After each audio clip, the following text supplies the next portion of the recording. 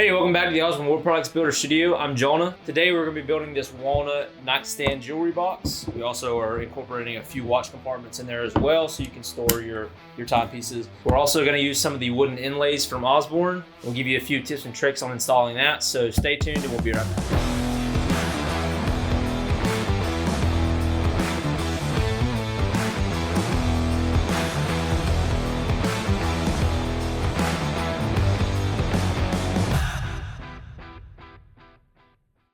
So before we get started with our box, let's just go over the materials that we have here. All we have is a piece of 1-inch thick walnut that we have milled up. We also have a 1/4-inch thick piece of Luan that's going to be our bottom. So what we're going to do is we're going to miter this box, and then we're going to take our bottom and just put a little 1/4-inch notch so that we can kind of float that bottom, and then we'll glue it all up together. Later on in the video, we're going to add some of our decorative inlays that you can find on osbornewood.com. So we're going to add that to our top. Our top is going to be just a solid closed top. We're going to use jewelry box hinges. And so we're just going to route out a channel for those inlays to lay just to add a nice decorative feature to those. Let's go ahead and jump over to our miter saw for now and get our box built out, and then we'll move on. All right, so we're going to start off with first cutting our boards to length.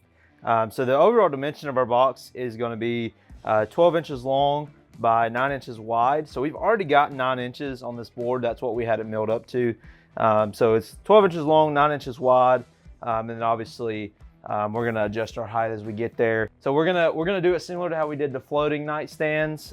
We're going to cut to length first, and then we'll just miter the corners off. So let's go ahead and do that now.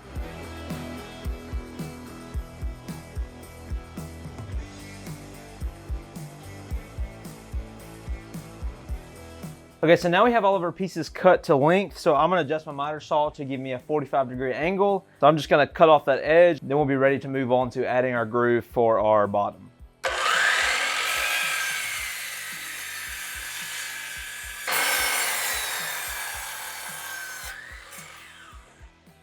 So now that we have the outside pieces of our box mitered up, we need to move on to getting our 1/4-inch notch on all of our pieces so that we can float this bottom shelf of Luan. I'm actually going to use the plunge feature that's on our miter saw just to set that depth, and then I'll just mark out on my boards where and how thick that I need that notch to go, and then we'll just do a couple passes on the miter saw just to get that. So let's go ahead and set that up now and get these measured out, and then we'll move on to gluing this up.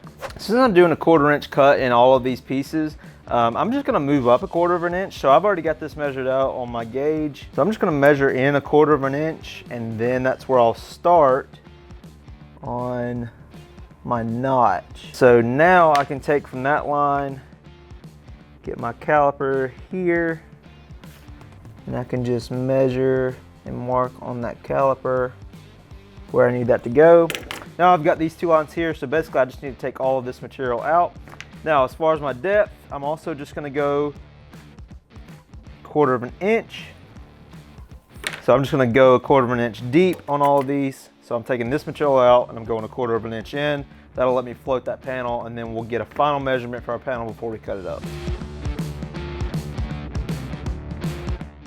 So you can see we've got a nice 1/4-inch groove here that's gonna float our bottom panel. So now we're ready to get that cut to size, and then we can glue this box up. All right, so I've got this sized appropriately. That should give us a good fit when we go to put that in our grooves. So let's go ahead and cut this out and then move on.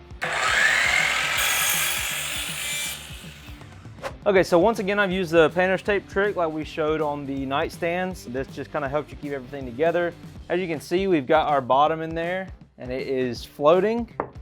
So you can see it's a really good fit. This is going to be a pretty substantial box, so we're going to split it in half and have just a couple watch storage compartments over here. Then we're going to do just an open part over here. So this is ready to be glued up. I'm going to unfold this. I'm not going to put any glue in the grooves that we cut for our bottom panel. It doesn't really need it. It's a good tight fit. So we're just going to glue our joints and then get that in some clamps, then we can move on to our top.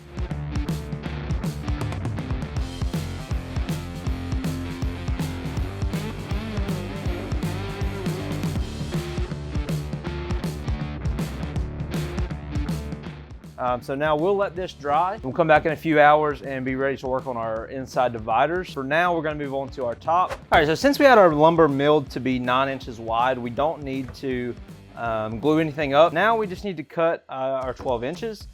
So since we made our box 4 inches tall, that's gonna bring our overall height 5 inches once we get our lid put on. I think we're probably gonna do a round over, maybe just a slight chamfer or something.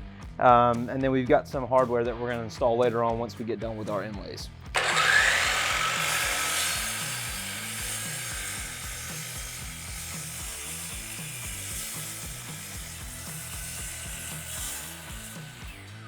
Before we move on, let's go ahead and look at how we're going to install our inlays and what inlays we're going to be using. Let me go grab those and we'll be right back. These are the same inlays that we used on the cornhole board project that we did. You can check that video out.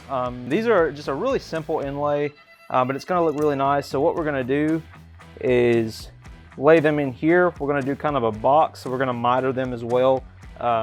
So I've got, these are 3/8 inch wide, so I need to also set my plunge to where it doesn't go past the thickness. So this is 1/32 of an inch thick. So that's what I've got my plunge router set to, so I know that I'm not gonna go past or too deep. Let me go ahead and get these clamped up and then we'll start routing these out.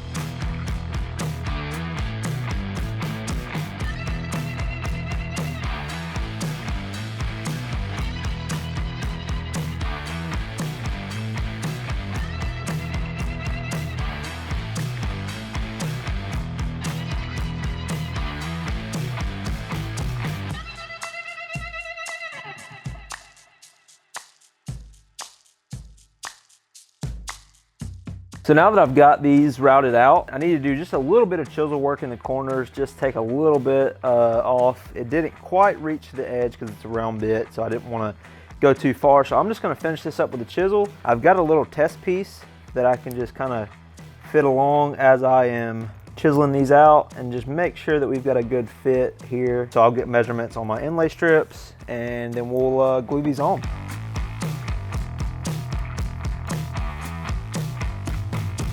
All right, so now I've got all my inlay strips cut. I'm just gonna do a thin strip of glue, rub it in with my finger, place them in there. I've got a mallet. Sometimes you might wanna just give it a light tap just so it kind of seats down in that. So let's go ahead and throw some glue in this, get these inlays put in, and then we will move on to our dividers.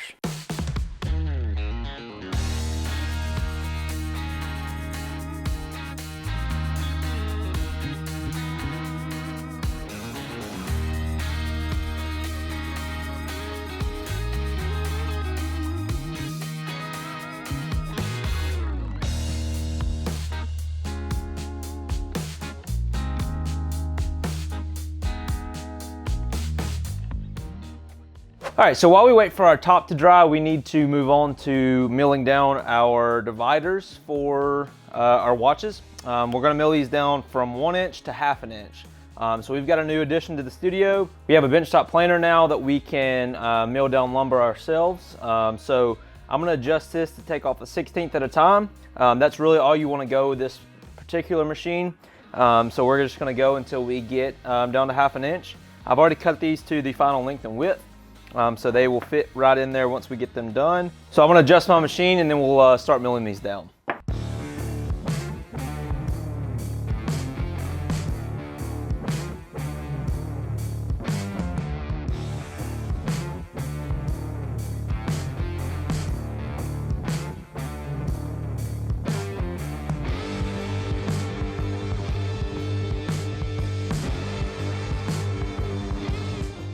All right, so as you can see, we've got our dividers in here now. They are dry and ready to work on. So before I move on to sanding and finishing, I'm gonna go ahead and mark out the holes from our hardware and pre-drill those. We've got these jewelry box latches here that we are going to attach on the front. So one will go on the lid, the other will go on the bottom. And we've got these hinges that are going on the back. They are flush fit hinges, so they will mount on the back there. Let's measure this out, get some center marks for our hardware, and pre-drill them on the drill press over there.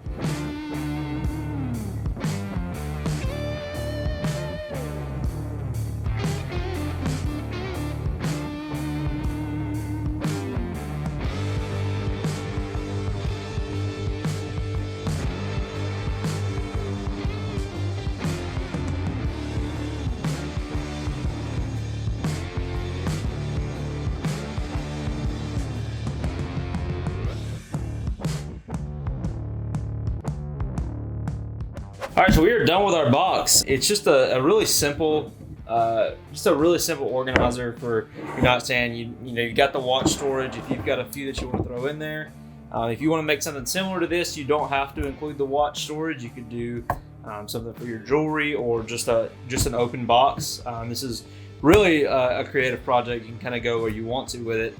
But yeah, this looks great. If you're interested in any of the products used in this video, like the Inlays or dimensional lumber from Osborne, I will link both of those below in the description. If you're interested in more Builder Studio content, I'll also link the Builder Studio playlist down below. You can go check that out and see our most recent videos.